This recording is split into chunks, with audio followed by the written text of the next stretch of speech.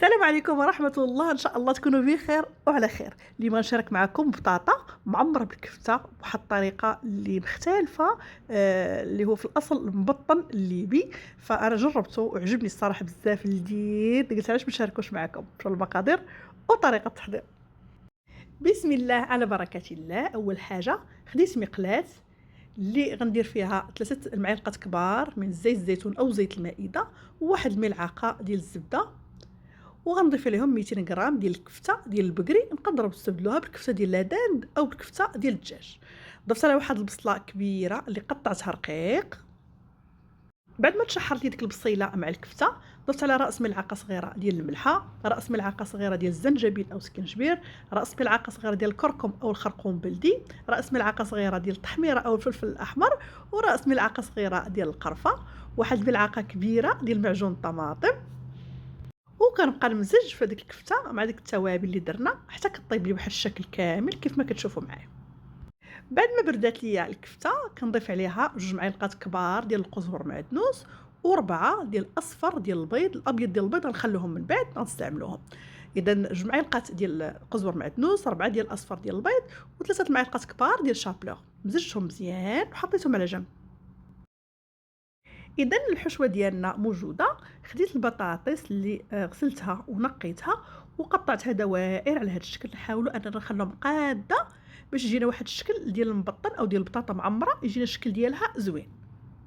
وكناخذ الحشوه وكنبدا ندير فيها بهذا الشكل. نحاول انني نضغط من الجوانب حتى كنكمل الكميه اللي عندي كامله.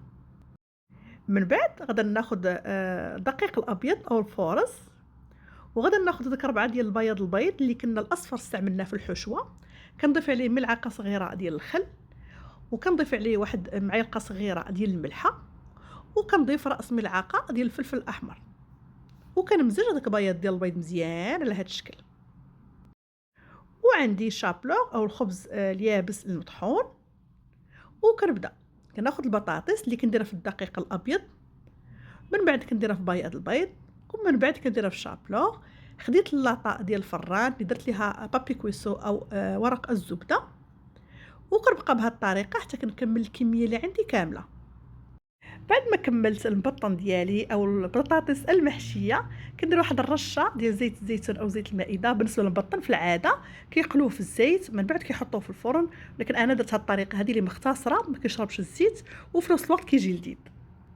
من بعد كناخذ طريفات ديال الزبده كنحطهم فوق من البطاطس او السمن الغير مملح، وكناخذ بابي كويسو او ورق الزبده وكنغلف البطاطس بواحد الشكل اللي هو جيد. بالنسبه للفرن على درجه الحراره المتوسطه لتحت والفوق تقريبا 30 دقيقه، ونقلبوا البطاطس ديالنا.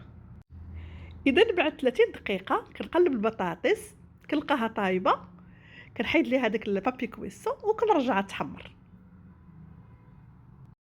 وهنا بعد ما طابت ليا البطاطس اللي بحشوه ديال الكفته او المبطن الليبي، الصراحه كيجي لذيذ بزاف، واحد المذاق ما غاديش تشبع منه، غير جربوه راه ما غاديش تندموا.